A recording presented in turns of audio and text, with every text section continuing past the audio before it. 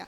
I invite Dr. FATHIMA ALLAPITCHAI to give her talk on abnormal head postures, causes, differentials, evaluation and measurement.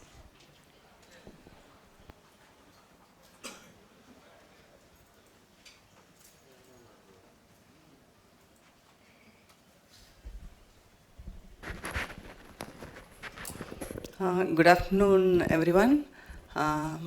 First of all, I like to thank Dr. Neena and KSOS for this wonderful opportunity.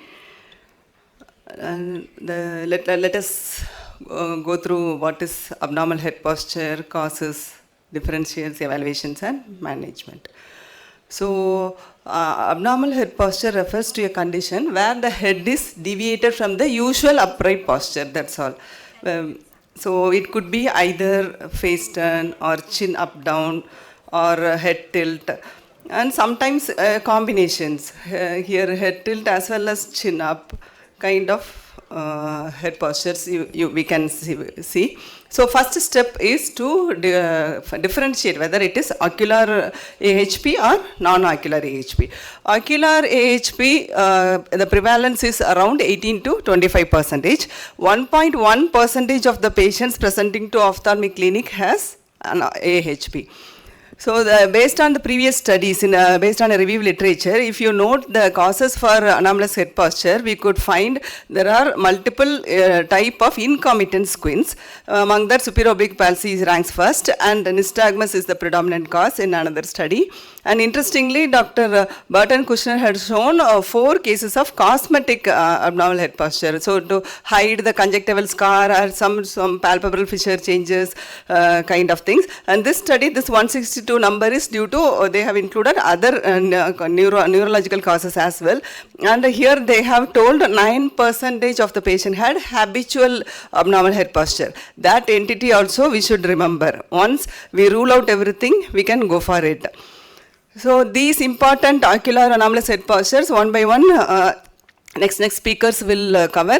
I like to mention these also because we have to know about these so that we would appropriately refer the patient to the appropriate specialty at correct time.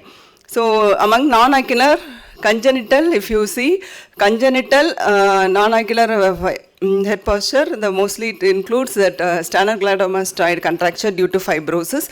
1 in 300 children presents to the orthopedic clinic, and the typical finding is its onset is before 6 months, even at first week of age, unlike ocular anomalous head posture where it emerges after 18 weeks of age once fixation develops. So these are all the differentiating factors. We can also do a patch test. When you apply patch, the head posture being not altered, it says it's not ocular head posture.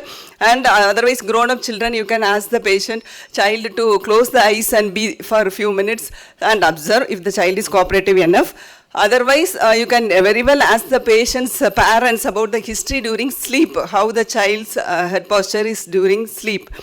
Mostly, if it is normal during sleep, it will not be ocular, unlike secondary muscular contracture developed kind of situation. Even there, you can inquire about earlier history.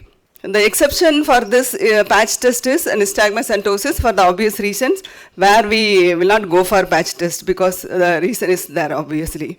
So coming to acquired causes, traumatic, okay, you know the history will be there. Among non-traumatic, you have reasons due to infections and inflammation. It could be musculoskeletal, somewhere cervical vertebra, brachial plexus inflammation could be there. Importantly, you should not miss that retropharyngeal abscess because it is quite endangering life if it is missed and get treated appropriately at the early at the onset of the disease.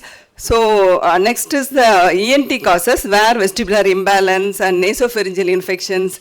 And the most common another cause is unilateral hearing impairment, where the patients will tend to turn their head towards the good ear.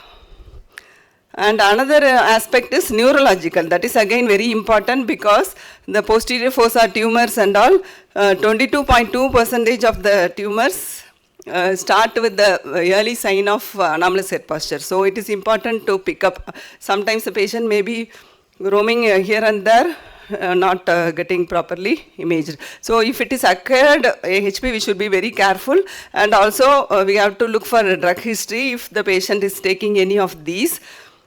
And this different gastrointestinal cause is also there, where the child can, with hiatus hernia, the child can adopt a posture to prevent acid reflux. So these are all the different, after ruling out everything, we can go for the psychogenic AHP or even sometimes habitual. So these are based on a multidisciplinary study. Orthopedic causes leads the first, and then ophthalmic and neurologic. But anyway, I have not included this voluntary head postures, but soon in future it may become involuntary due to muscle fibrosis and may reflect upon orthopedic clinic. So coming to evaluation and measurement, for evaluation, you have to definitely spend some time just in clinic with a close setup. You cannot rule out some abnormal head posture. Sometimes parent will be constantly mentioning, but you may not pick up. So we have to spend dedicated time and provide a distant as well as near target. Particularly distant target, the patient will not be will be in a comfortable situation. So the patient will come out with the head posture. And we have to induce visual strain. We can provide, for this age, we can provide some interesting cartoon movie, and for grown-up children, we can tell them to read the Snellens in a reverse fashion, or you can even tell them to calculate, add the numbers, subtract, so that the patient should forget that we are monitoring them. So they come out with the whole head posture. And there are ways to measure. There is a smartphone application by iPhone where they have this landmark here. And here also, seating also there is a line, but our patient's outfit will not match this seating, right? Saris and dhotis. So, and also another drawback is mentioning proper positioning of iPhone is essential.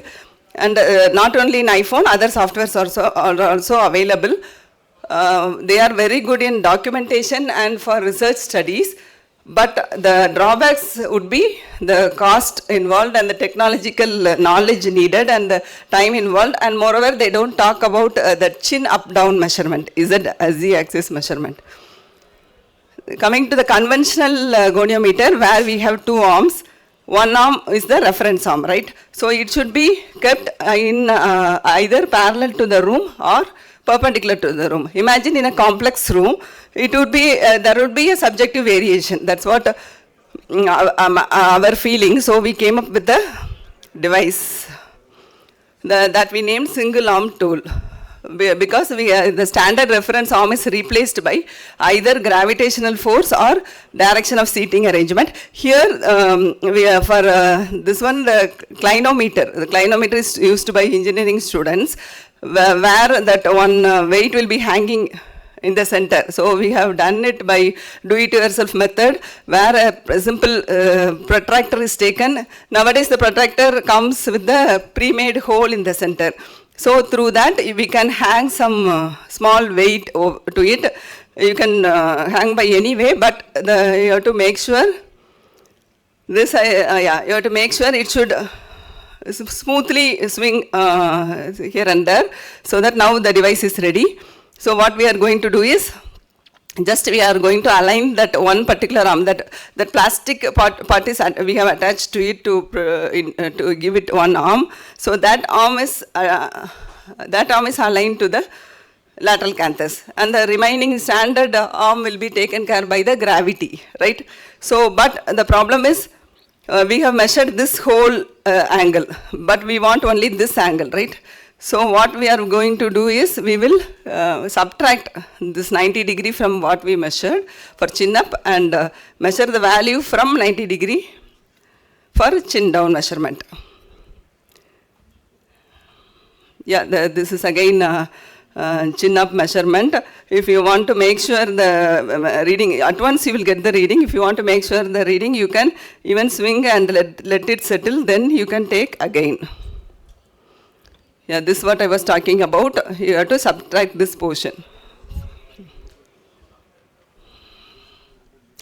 And for head tilt, similarly, the problem with the conventional goniometer is this one will come in the view of the patient, right? So the child will alter his or her head posture. So without disturbing the patient,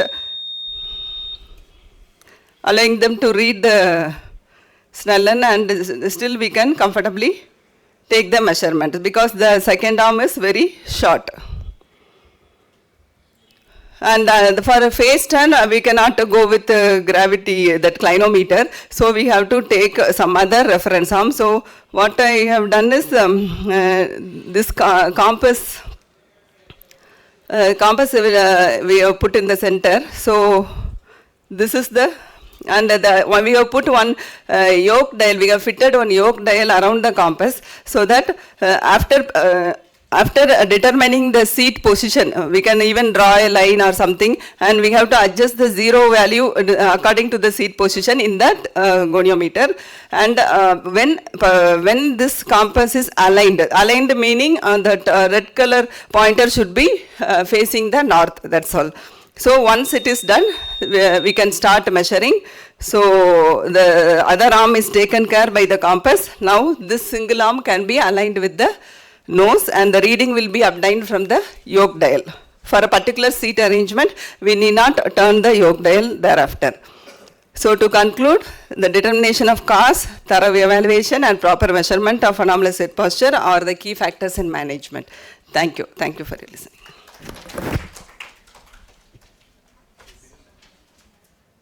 Thank you, Dr. Fathima. The next speaker can be ready. So while the next speaker is ready, I have a question for Dr. Fathima. So have you done any comparative analysis between the standard goniometer and your instrument, and what are your results? Yeah, we have done with our colleague, our one doctor. He did his measurements in conventional goniometer, and he did with both. So there was only 0 to 2 degree difference. So it was, I mean, it's no comparison. It's similar to goniometer, nothing great to learn in it. Just we have to make sure that it is freely swinging, and that's all I think. So thank you. That was really interesting, and congratulations.